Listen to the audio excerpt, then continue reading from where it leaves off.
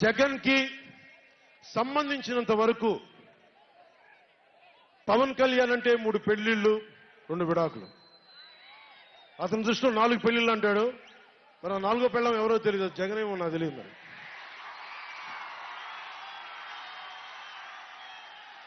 నాకు ఇదే విసుగొస్తుంది. జగన్ లేని 4వ పెళ్ళవుతే నువ్వేరా.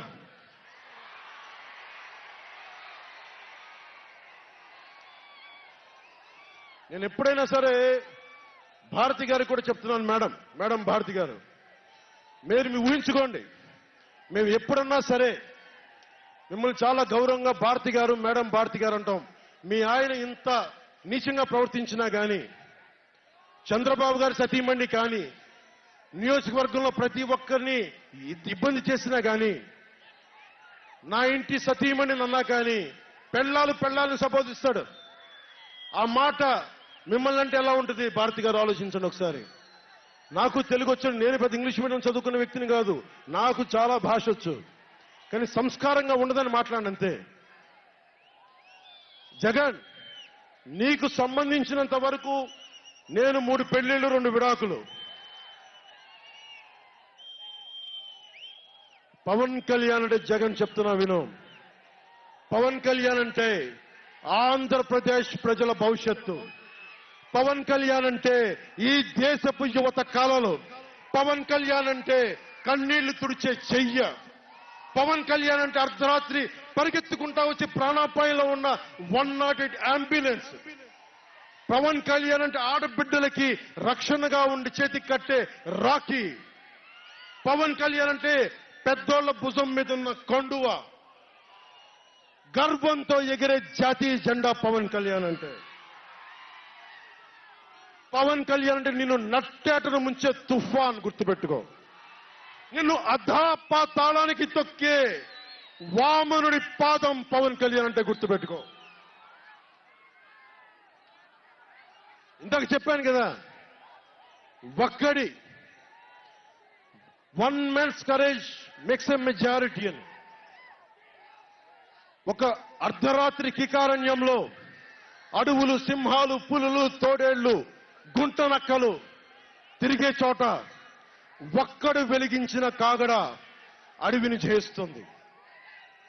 ఒక్కడు వెలిగించే కాగడ అడవిని జయిస్తుంది.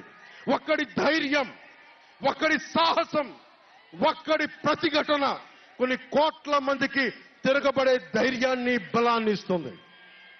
మహాత్మా గాంధీ, అల్లూరి, నేతాజీ, బాబాసాహెబ్ అంబేద్కర్ ఇలాంటి మహానుభావులు ఎందరో స్ఫూర్తిని తీసుకొని వారి అడుగు జాడల్లో నేను ఒక్కడినే 2014లో ఒక గొంతుకెత్తాను. ఒక్క అడుగు ముందుకేశాను, ఒక్క ప్రతిఘటన చేశాను, ఒక్క యుద్ధం మొదలుపెట్టాను. అది 2024కి. అక్కడ దూరంగా ఉన్న వాటి మీద ఎక్కి ఉన్న జన సైనికులు, విదేశాల్లో కూర్చున్న తెలుగు ప్రజలు. నాయుడు గారు దత్తపుత్రుడు.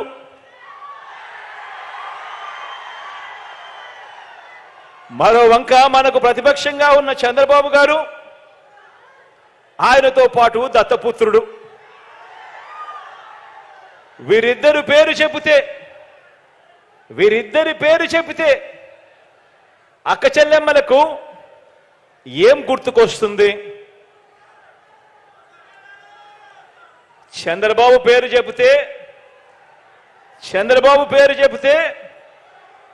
3 సార్లు సీఎంగా అక్క చెల్లెమ్మలకు చేసిన మోసాలు, వంచనలు అక్క చెల్లెమ్మలకు గుర్తుకొస్తాయి చంద్రబాబు గారి పేరు చెబితే.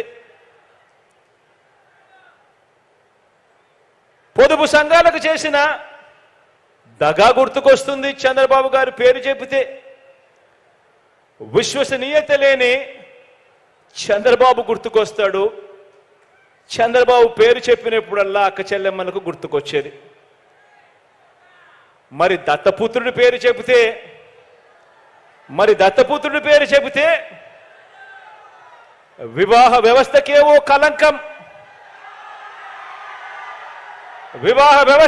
కలంకం, ఓ మాయని మచ్చగా గుర్తుకు వస్తాయి.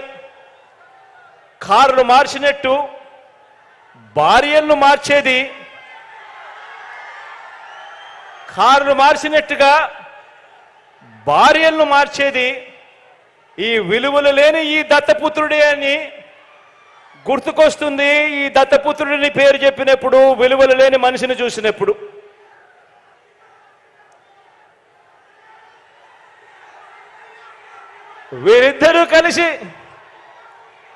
వీరిద్దరూ కలిసి ఇంటింటికి పంచిన వీరిద్దరి ఫోటోలతో కలిపి సంతకాలు చేసి మేనిఫెస్టో అని చెప్పి 2014లో అక్క చెల్లెమ్మలకు మేనిఫెస్టోలో వీరిద్దరూ కలిసి ఏం వాగ్దానాలు ఇచ్చారో ఒక్కసారి గుర్తుకు చేసుకుందామా? 2014లో వీళ్ళిద్దరూ కలిసి మేనిఫెస్టోని రిలీజ్ చేసి సంతకాలు పెట్టి అక్క చెల్లెమ్మలకు విషయంలో వీరిద్దరూ వాళ్ళ 2014 మేనిఫెస్టోలో ఏం వాగ్దానాలు ఇచ్చారో ఒక్కసారి గుర్తుకు చేసుకుందాం.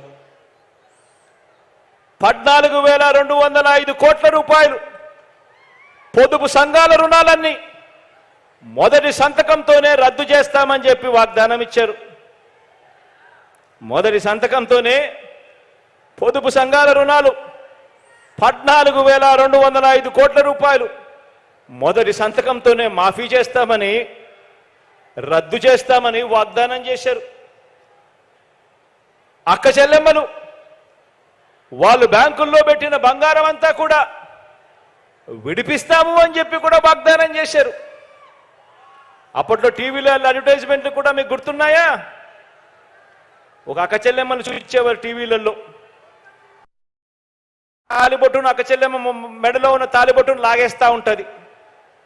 వెంటనే ఇంకొక చెయ్యి వస్తుంది, ఆ చెయ్యిని పట్టుకుంటుంది. పట్టుకొని బాబు వస్తున్నాడు, బ్యాంకుల్లో పెట్టిన బంగారం విడిపిస్తాడు అని చెప్పి అడ్వర్టైజ్మెంట్లు. ప్రతి ఇంటికి ఏటా 12 గ్యాస్ సిలిండర్ల మీద, ప్రతి ఇంటికి ఏటా 12 గ్యాస్ సిలిండర్ల మీద, ప్రతి సిలిండర్ మీద నెలకు 100 రూపాయలు చొప్పున, సంవత్సరానికి 1,200 రూపాయలు, 5 సంవత్సరాలలో 6,000 రూపాయలు సబ్సిడీ ఇస్తామని కూడా 2014లో ఇద్దరు కలిసి ఇచ్చిన మేనిఫెస్టోలో చెప్పడం జరిగింది.